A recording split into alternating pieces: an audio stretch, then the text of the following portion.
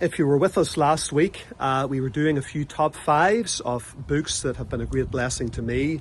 And again, we're on the subject of revival, and I want to give you five great books that give an account of revivals that actually happened. 5 books that are relatively short and easy to read, and in no particular order.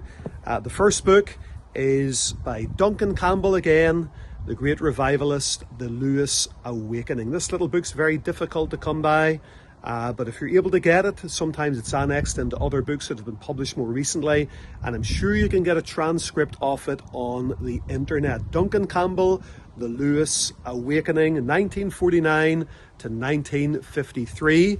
And this little booklet was published just a very short while after the revival had taken place.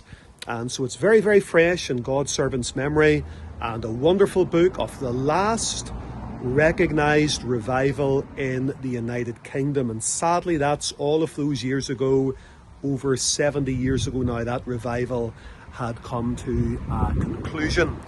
And then this little book, not so well known, published by the Banner of Truth, The Korean Pentecost and the Sufferings which Followed. This book is a real eye-opener.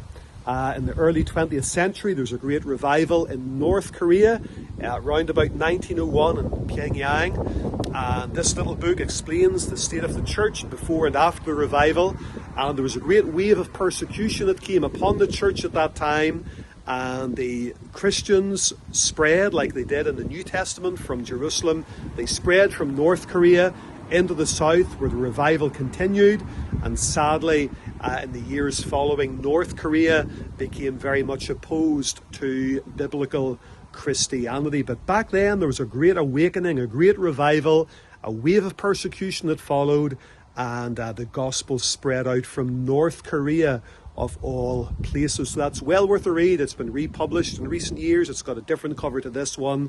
But the Korean Pentecost, William Blair and Bruce Hunt, Banner of Truth Publishing.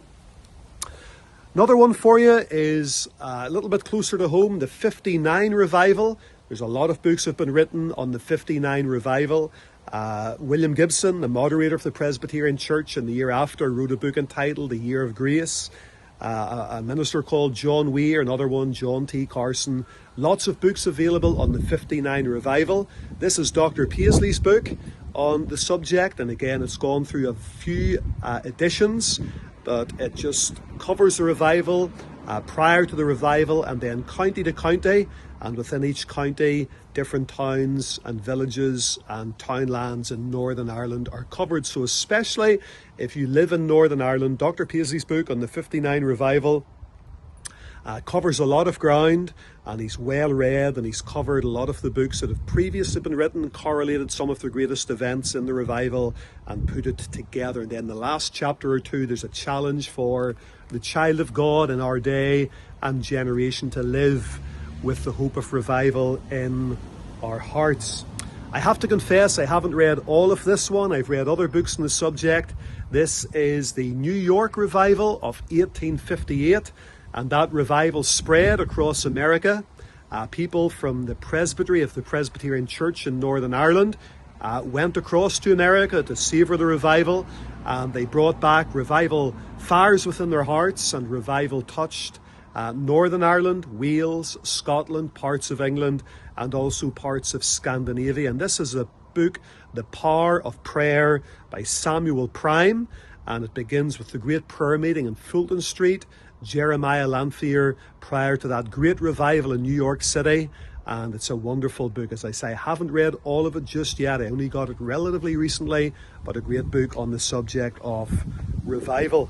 And then just one more, the 1904 revival in Wales under Rhys Bevan-Jones and Evan Roberts. The Welsh Revival of 1904 by, I think, Efion Evans. Great book on the subject of revival, and also the ministry and life of Evan Roberts and other men as well that did a work for God at that time. That was a great revival, especially among young people.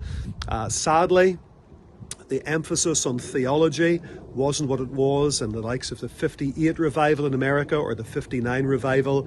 And so the effects of this particular revival weren't as long lasting, but genuinely we believe it was a move of God's Holy Spirit. And so we encourage you to read on the subject of revival, the Lewis Awakening by Duncan Campbell, the Korean Pentecost, the 59 Revival by Ian Paisley, the Power of Prayer, the New York Revival, and the Welsh Revival of 1904. Thanks for joining us. See you next time.